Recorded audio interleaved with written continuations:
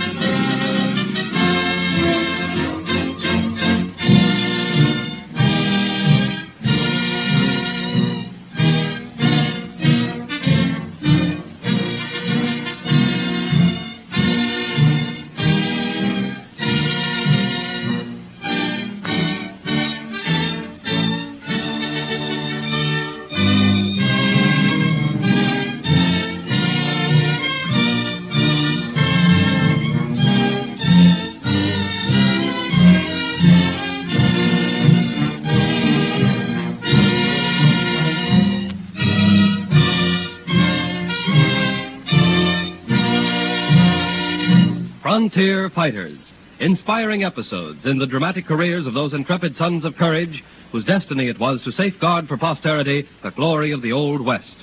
In 1827, the American Congress and the British Parliament ratified the extension of the Agreement of 1818, which gave joint occupancy to a great area of land in which lay the territory of Oregon.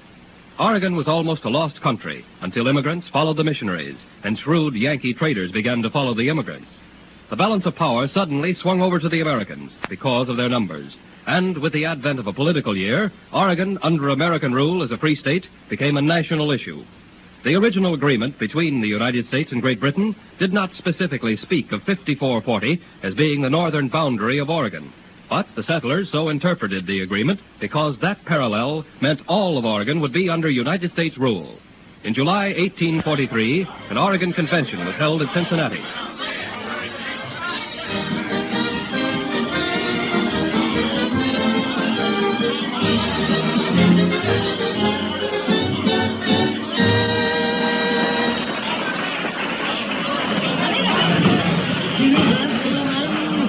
Oregon Convention, we've done a great deal of wild shouting, not a little applauding. We've given undue exercise to our military band. But, gentlemen, to what definite conclusions have we come? We have not as yet declared for any kind of a parallel in this growing dispute between the United States and Great Britain. I'm for holding off till after election. No use being mealy-mouthed about it. I'm for coming right out and saying the parallel should be the 49. That's 5440. And that gives the whole of Oregon to the United States. Ain't fair for Great Britain. And what ain't fair ain't right. Our aim should be justice for all. A show of hands from the delegates who hold for 5440 and United States rule. Looks like there's a majority. 5, 10, 20, 67, 96, 97, 98, 99 out of 100. There's one more and it's unanimous. Therefore agreed by the delegates here convened that the northern boundary of Oregon is 5440.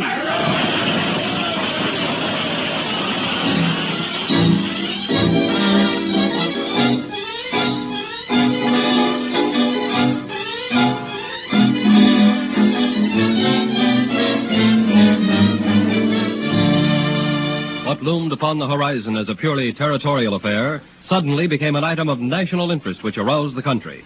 The chairman of the Democratic Party remarked to its candidate, Mr. Polk, I think I have a slogan for the Democratic Party that will put its candidate into the White House. You have? And will it keep him there? Keep him there if he isn't afraid of trouble with Great Britain. Oregon and that boundary, eh? Yes, Mr. Polk. But not trouble that can be settled by talking all around the issue. The citizens of the United States do not wish to be under British rule. I suppose decisive measures of some kind will have to be taken soon. The entire country is being aroused. It is no longer a matter of hundreds of thousands of square miles of land. It is an affair of national pride, of dominion. And you think I should champion this cause for political purposes? If so, I should not care to have made of a national issue a political one. After all, if our sovereign rights are in danger, the politics of the presidency are of minor importance. Mr. Polk, when I came into our campaign headquarters, I looked upon you as the ultimate leader of our party. Now I look upon you as a gentleman who is a defender of American rights and ideals. I hope you'll use the slogan even more now than ever before. Oh, yes. That famous slogan that is about to elect me. What is it? 54-40 or fight.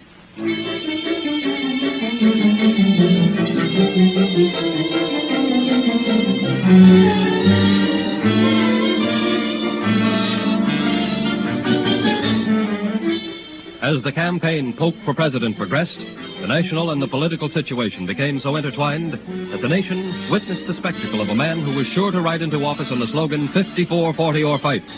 The politicians sniffed the air and smelled 54-40 or fight as a surefire issue.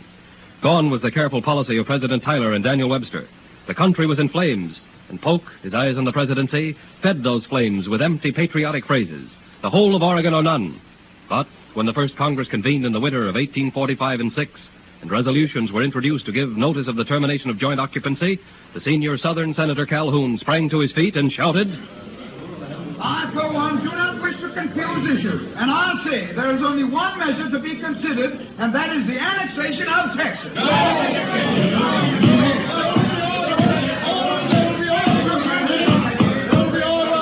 Mr. President, the chair recognizes the senator from Illinois, Mr. Stephen A. Douglas. Mr. President, the senators from the South, led by their own trickster, Mr. Calhoun, have betrayed us. That is a lie, sir, and I challenge you for it. I challenge you for it.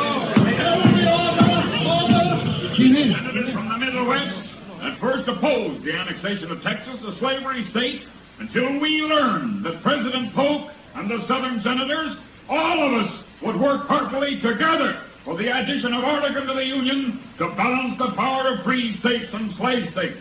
And now the senator from South Carolina says there is only one issue, the annexation of Texas. I say again, gentlemen, that we have been betrayed by Senator Calhoun, a Judas.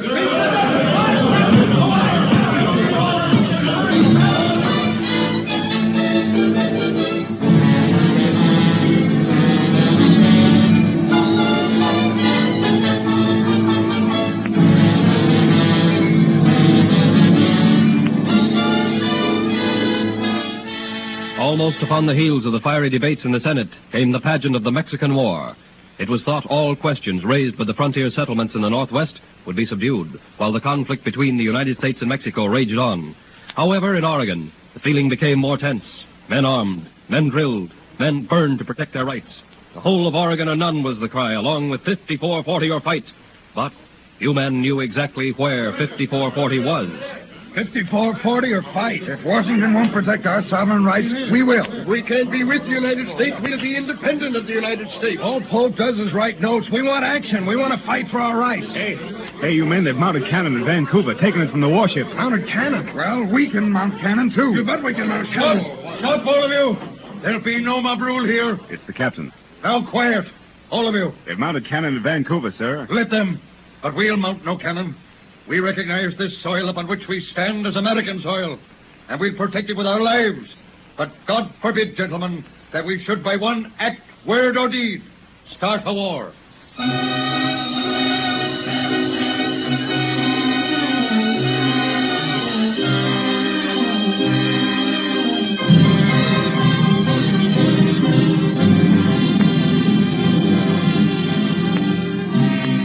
With every hour, the situation grew more tense.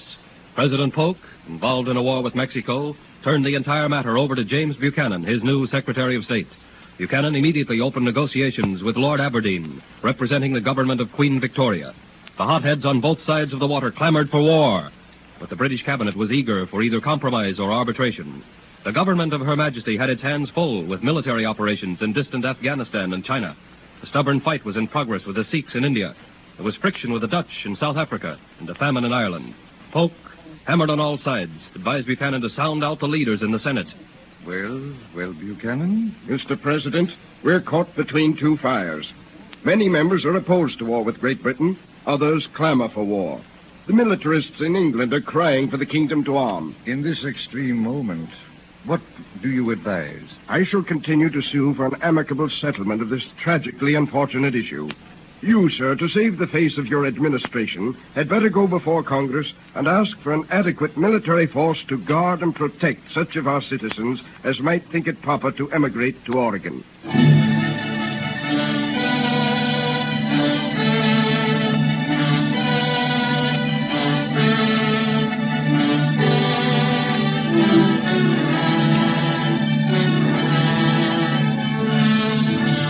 Weeks passed. In Oregon, desperate men, afraid they would become lost in a shuffle of political cards, afraid that the issue had died, decided to revive it and force the federal government to recognize Oregon, even if they themselves started a war. Upon the heels of these proposed desperate actions, the frigate Virginia anchored in Puget Sound.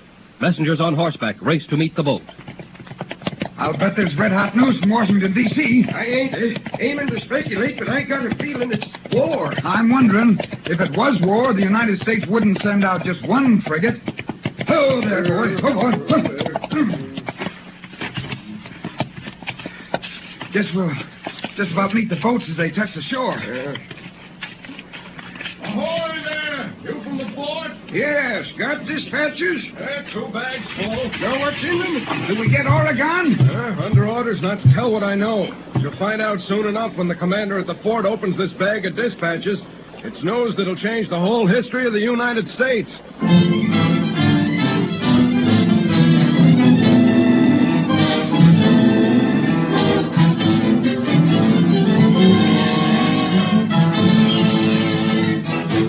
Gentlemen, attention! Gentlemen, I have the honor to announce that Great Britain accepts the 49th parallel. It's 54-40 all right, and Oregon is ours, without having so much as fired one shot.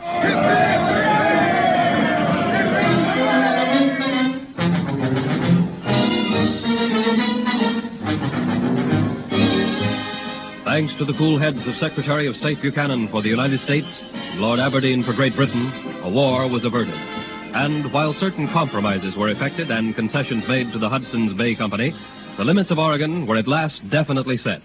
On Sunday morning, March 13, 1846, Oregon was a full-fledged territory of the United States. Today, in the vast territory of Old Oregon, citizens of the United States live in the closest possible harmony with their neighbors in British Columbia who salute the Union Jack. And both sides, during those stirring days of 45 and 46, can indeed be called trailblazers and frontier fighters.